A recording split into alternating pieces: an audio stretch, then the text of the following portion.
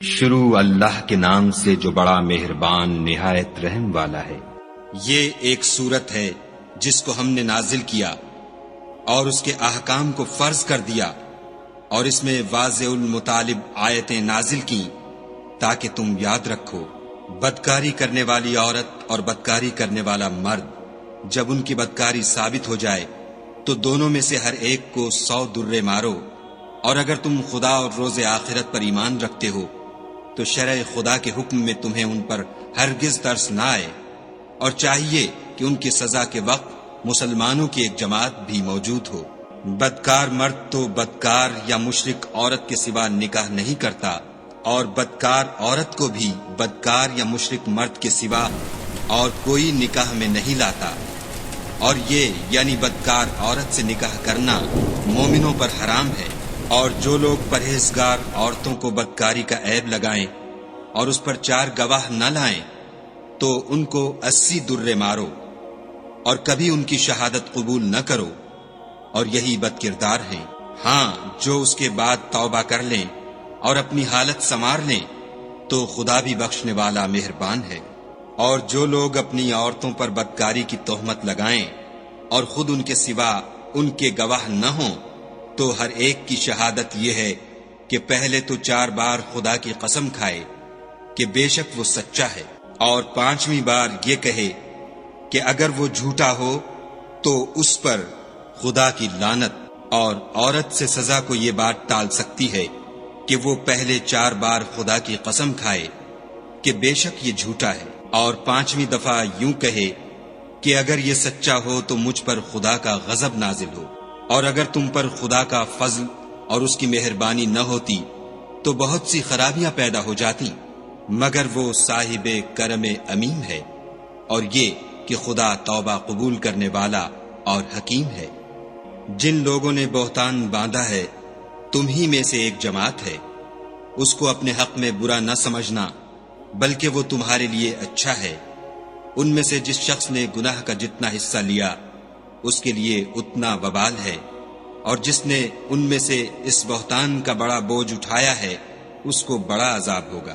جب تم نے وہ بات سنی تھی تو مومن مردوں اور عورتوں نے کیوں اپنے دلوں میں نیک گمان نہ کیا، اور کیوں نہ کہا کہ یہ صریح طوفان ہے؟ یہ افطرا پرداز اپنی بات کی تصدیق کے لیے 4 گواہ کیوں نہ لائے؟ تو جب یہ گواہ نہیں لا سکے تو خدا کے نزدیک یہی جھوٹے ہیں۔ اور اگر دنیا اور آخرت میں تم پر خدا کا فضل اور اس کی رحمت نہ ہوتی تو جس شغل میں تم منہمک تھے اس کی وجہ سے تم پر بڑا سخت عذاب نازل ہوتا۔ جب تم اپنی زبانوں سے اس کا ایک دوسرے سے ذکر کرتے تھے اور اپنے منہ سے ایسی بات کہتے تھے جس کا تم کو کچھ بھی علم نہ تھا، اور تم اسے ایک ہلکی بات سمجھتے تھے، اور خدا کے نزدیک وہ بڑی بھاری بات تھی۔ اور جب تم نے اسے سنا تھا تو کیوں نہ کہہ دیا کہ ہمیں شایع نہیں کہ ایسی بات زبان پر لائیں؟ پروردگار تو پاک ہے، یہ تو بہت بڑا بہتان ہے۔ خدا تمہیں نصیحت کرتا ہے کہ اگر مومن ہو تو پھر کبھی ایسا کام نہ کرنا، اور خدا تمہارے سمجھانے کے لیے اپنی آیتیں کھول کھول کر بیان فرماتا ہے، اور خدا جاننے والا اور حکمت والا ہے۔ جو لوگ اس بات کو پسند کرتے ہیں کہ مومنوں میں بے حیائی یعنی تہمت بدکاری کی خبر پھیلے، ان کو دنیا اور آخرت میں دکھ دینے والا عذاب ہوگا، اور خدا جانتا ہے اور تم نہیں جانتے۔ اور اگر تم پر خدا کا فضل اور اس کی رحمت نہ ہوتی تو کیا کچھ نہ ہوتا، مگر وہ کریم ہے، اور یہ کہ خدا نہایت مہربان اور رحیم ہے۔ مومنو، شیطان کے قدموں پر نہ چلنا، اور جو شخص شیطان کے قدموں پر چلے گا تو شیطان تو بے حیائی کی باتیں اور برے کام ہی بتائے گا۔ اور اگر تم پر خدا کا فضل اور اس کی مہربانی نہ ہوتی تو ایک شخص بھی تم میں پاک نہ ہو سکتا، مگر خدا جس کو چاہتا ہے پاک کر دیتا ہے، اور خدا سننے والا اور جاننے والا ہے۔ اور جو لوگ تم میں صاحب فضل اور صاحب وسعت ہیں وہ اس بات کی قسم نہ کھائیں کہ رشتہ داروں اور محتاجوں اور وطن چھوڑ جانے والوں کو کچھ خرچ پات نہیں دیں گے۔ ان کو چاہیے کہ معاف کر دیں اور درگزر کریں۔ کیا تم پسند نہیں کرتے کہ خدا تم کو بخش دے؟ اور خدا تو بخشنے والا مہربان ہے۔ جو لوگ پرہیزگار اور برے کاموں سے بے خبر اور ایماندار عورتوں پر بدکاری کی تہمت لگاتے ہیں، ان پر دنیا اور آخرت دونوں میں لعنت ہے اور ان کو سخت عذاب ہوگا، یعنی قیامت کے روز جس دن ان کی زبانیں اور ہاتھ اور پاؤں سب ان کے کاموں کی گواہی دیں گے۔ اس دن خدا ان کو ان کے اعمال کا پورا پورا اور ٹھیک بدلہ دے گا، اور ان کو معلوم ہو جائے گا کہ خدا برحق اور حق کو ظاہر کرنے والا ہے۔ ناپاک عورتیں ناپاک مردوں کے لیے ہیں، اور ناپاک مرد ناپاک عورتوں کے لیے، اور پاک عورتیں پاک مردوں کے لیے ہیں، اور پاک مرد پاک عورتوں کے لیے۔ یہ پاک لوگ ان بدگوئیوں کی باتوں سے بری ہیں، اور ان کے لیے بخشش اور نیک روزی ہے۔ مومنو، اپنے گھروں کے سوا دوسرے لوگوں کے گھروں میں گھر والوں سے اجازت لیے اور ان کو سلام کیے بغیر داخل نہ ہوا کرو، یہ تمہارے حق میں بہتر ہے، اور ہم یہ نصیحت اس لیے کرتے ہیں کہ شاید تم یاد رکھو۔ اگر تم گھر میں کسی کو موجود نہ پاؤ تو جب تک تم کو اجازت نہ دی جائے اس میں مت داخل ہو، اور اگر یہ کہا جائے کہ اس وقت لوٹ جاؤ تو لوٹ جایا کرو، یہ تمہارے لیے بڑی پاکیزگی کی بات ہے، اور جو کام تم کرتے ہو خدا سب جانتا ہے۔ ہاں، اگر تم کسی ایسے مکان میں جاؤ جس میں کوئی نہ بستا ہو اور اس میں تمہارا اسباب رکھا ہو تو تم پر کچھ گناہ نہیں، اور جو کچھ تم ظاہر کرتے ہو اور جو پوشیدہ کرتے ہو خدا کو سب معلوم ہے۔ مومن مردوں سے کہہ دو کہ اپنی نظریں نیچی رکھا کریں اور اپنی شرم گاہوں کی حفاظت کیا کریں، یہ ان کے لیے بڑی پاکیزگی کی بات ہے، اور جو کام یہ کرتے ہیں خدا ان سے خبردار ہے۔ اور مومن عورتوں سے بھی کہہ دو کہ وہ بھی اپنی نگاہیں نیچی رکھا کریں اور اپنی شرم گاہوں کی حفاظت کیا کریں، اور اپنی آرائش یعنی زیور کے مقامات کو ظاہر نہ ہونے دیا کریں مگر جو اس میں سے کھلا رہتا ہو، اور اپنے سینوں پر اوڑھنیاں اوڑھے رہا کریں، اور اپنے خامند اور باپ اور خسر اور بیٹوں اور خامند کے بیٹوں اور بھائیوں اور بھتیجوں اور بھانجوں اور اپنی ہی قسم کی عورتوں اور لونڈی غلاموں کے سوا نیز ان خدام کے جو عورتوں کی خواہش نہ رکھیں، یا ایسے لڑکوں کے جو عورتوں کے پردے کی چیزوں سے واقف نہ ہوں، غرض ان لوگوں کے سوا کسی پر اپنی زینت اور سنگار کے مقامات کو ظاہر نہ ہونے دیں، اور اپنے پاؤں ایسے طور سے زمین پر نہ ماریں کہ جھنکار کانوں میں پہنچے اور ان کا پوشیدہ زیور معلوم ہو جائے۔ اور مومنوں، سب خدا کے آگے توبہ کرو تاکہ فلاح پاؤ، اور اپنی قوم کی بیوہ عورتوں کے نکاح کر دیا کرو، اور اپنے غلاموں اور لونڈیوں کے بھی جو نیک ہوں نکاح کر دیا کرو۔ اگر وہ مفلس ہوں گے تو خدا ان کو اپنے فضل سے خوشحال کر دے گا،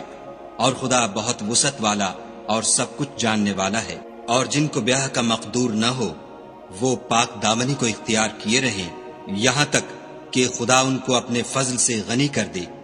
اور جو غلام تم سے مکاتبت چاہیں، اگر تم ان میں صلاحیت اور نیکی پاؤ تو ان سے مکاتبت کر لو، اور خدا نے جو مال تم کو بخشا ہے اس میں سے ان کو بھی دو۔ اور اپنی لونڈیوں کو اگر وہ پاک دامن رہنا چاہیں تو بے شرمی سے دنیاوی زندگی کے فوائد حاصل کرنے کے لیے بدکاری پر مجبور نہ کرنا، اور جو ان کو مجبور کرے گا تو ان بیچاریوں کے مجبور کیے جانے کے بعد خدا بخشنے والا مہربان ہے۔ اور ہم نے تمہاری طرف روشن آیتیں نازل کی ہیں، اور جو لوگ تم سے پہلے گزر چکے ہیں ان کی خبریں اور پرہیزگاروں کے لیے نصیحت۔ خدا آسمانوں اور زمین کا نور ہے، اس کے نور کی مثال ایسی ہے کہ گویا ایک طاق ہے جس میں چراغ ہے، اور چراغ ایک قندیل میں ہے، اور قندیل ایسی صاف شفاف ہے کہ گویا موتی کا سا چمکتا ہوا تارا ہے۔ اس میں ایک مبارک درخت کا تیل جلایا جاتا ہے، یعنی زیتون، کہ نہ مشرق کی طرف ہے نہ مغرب کی طرف۔ ایسا معلوم ہوتا ہے کہ اس کا تیل خواہ آگ اسے نہ بھی چھوئے جلنے کو تیار ہے۔ بڑی روشنی پر روشنی ہو رہی ہے، خدا اپنے نور سے جس کو چاہتا ہے سیدھی راہ دکھاتا ہے۔ اور خدا جو مثالیں بیان فرماتا ہے تو لوگوں کے سمجھانے کے لیے، اور خدا ہر چیز سے واقف ہے۔ وہ قندیل ان گھروں میں ہے جن کے بارے میں خدا نے ارشاد فرمایا ہے کہ بلند کیے جائیں اور وہاں خدا کے نام کا ذکر کیا جائے، اور ان میں صبح شام اس کی تسبیح کرتے رہیں، یعنی ایسے لوگ جن کو خدا کے ذکر اور نماز پڑھنے اور زکوٰۃ دینے سے نہ سوداگری غافل کرتی ہے نہ خرید و فروخت۔ وہ اس دن سے جب دل خوف اور گھبراہٹ کے سبب الٹ جائیں گے اور آنکھیں اوپر چڑھ جائیں گی ڈرتے ہیں، تاکہ خدا ان کو ان کے عملوں کا بہت اچھا بدلہ دے اور اپنے فضل سے زیادہ بھی عطا کرے۔ اور خدا جس کو چاہتا ہے بے شمار رزق دیتا ہے۔ اور جن لوگوں نے کفر کیا ان کے اعمال کی مثال ایسی ہے جیسے میدان میں ریت کہ پیاسا اسے پانی سمجھے، یہاں تک کہ جب اس کے پاس آئے تو اسے کچھ بھی نہ پائے، اور خدا ہی کو اپنے پاس دیکھے تو وہ اسے اس کا حساب پورا پورا چکا دے، اور خدا جلد حساب کرنے والا ہے۔ یا ان کے اعمال کی مثال ایسی ہے جیسے دریائے عمیق میں اندھیرے جس پر لہر چڑھی چلی آتی ہو، اور اس کے اوپر اور لہر آ رہی ہو، اور اس کے اوپر بادل ہو، غرض اندھیرے ہی اندھیرے ہوں، ایک پر ایک چھایا ہوا،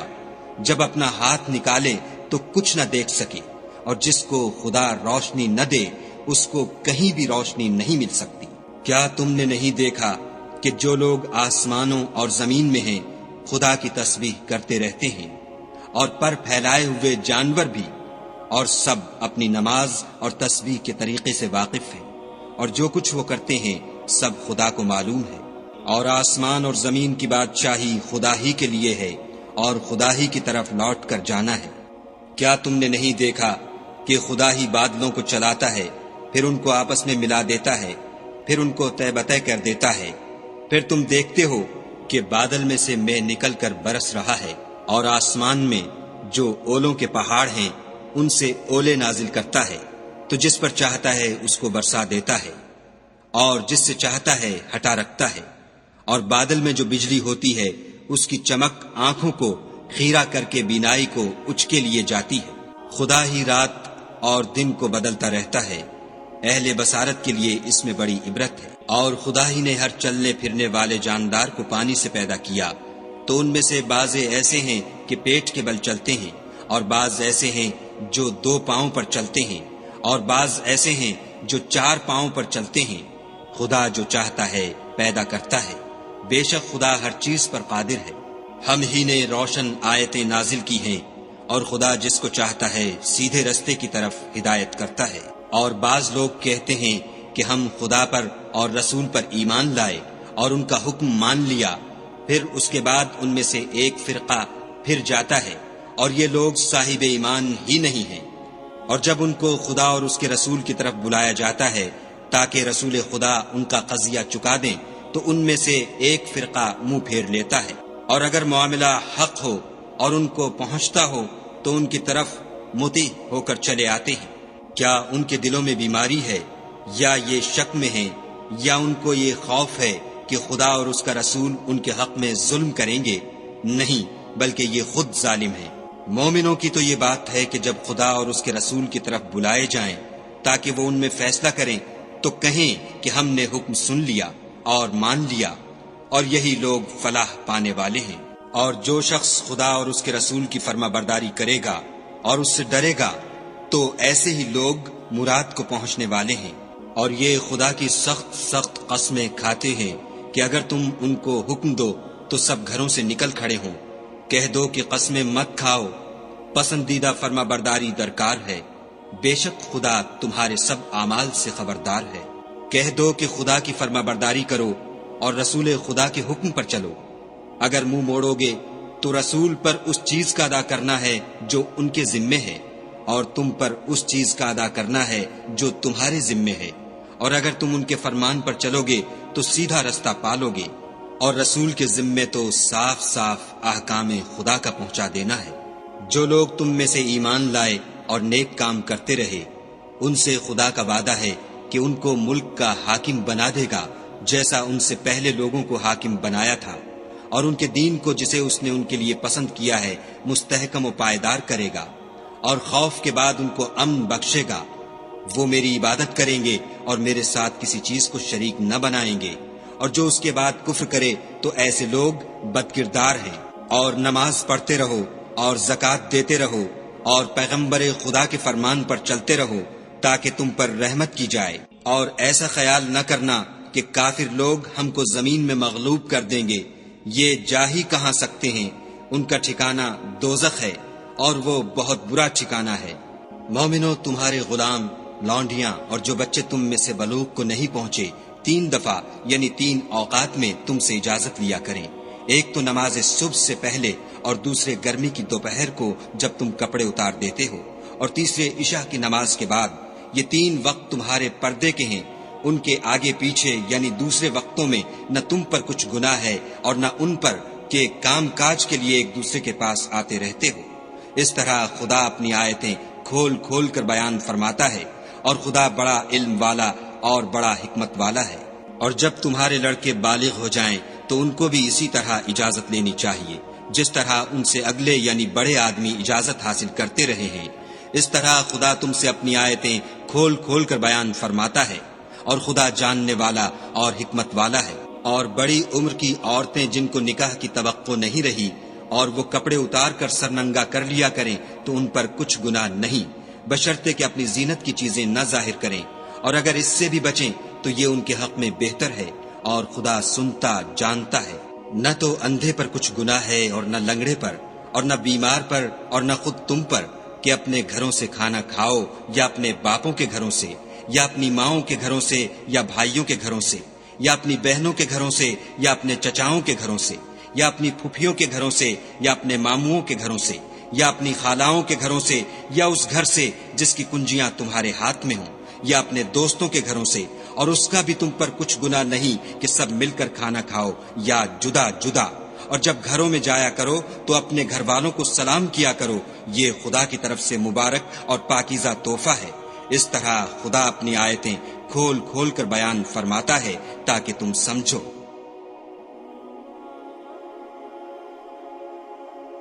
مومن تو وہ ہیں جو خدا پر اور اس کے رسول پر ایمان لائے، اور جب کبھی ایسے کام کے لیے جو جمع ہو کر کرنے کا ہو پیغمبر خدا کے پاس جمع ہوں تو ان سے اجازت لیے بغیر چلے نہیں جاتے۔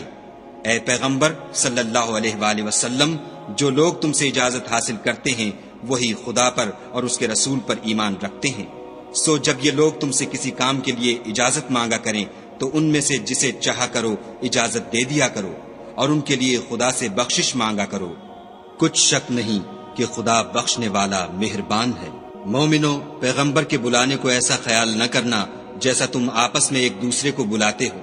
بے شک خدا کو وہ لوگ معلوم ہیں جو تم میں سے آنکھ بچا کر چل دیتے ہیں۔ تو جو لوگ ان کے حکم کی مخالفت کرتے ہیں ان کو ڈرنا چاہیے کہ ایسا نہ ہو کہ ان پر کوئی آفت پڑ جائے یا تکلیف دینے والا عذاب نازل ہو۔ دیکھو، جو کچھ آسمانوں اور زمین میں ہے سب خدا ہی کا ہے، جس طریق پر تم ہو وہ اسے جانتا ہے، اور جس روز لوگ اس کی طرف لوٹائے جائیں گے تو جو عمل وہ کرتے رہے وہ ان کو بتا دے گا، اور خدا ہر چیز سے واقف ہے۔